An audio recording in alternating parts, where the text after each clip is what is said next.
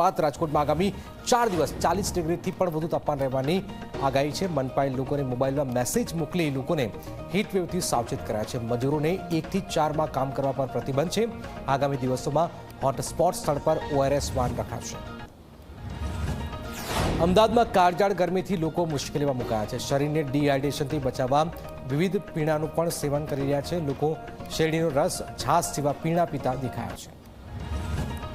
ગુજરાતમાં ગરમી વધવાના કારણે 108 ઇમરજન્સી કોલ્સમાં વધારો થયો છે। ગરમીના લીધે 1831 ઇમરજન્સી કોલ્સ નોંધાયા છે।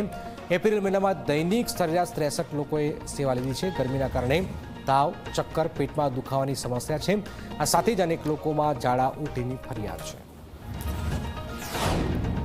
અમદાવાદ સહિત રાજ્યભરમાં ગરમીથી આંશિક રાહત મળવાની હવામાનની આગાહી છે। તાપમાનમાં 2 ડિગ્રી સુધી ઘટાડો થવાની શક્યતાઓ છે।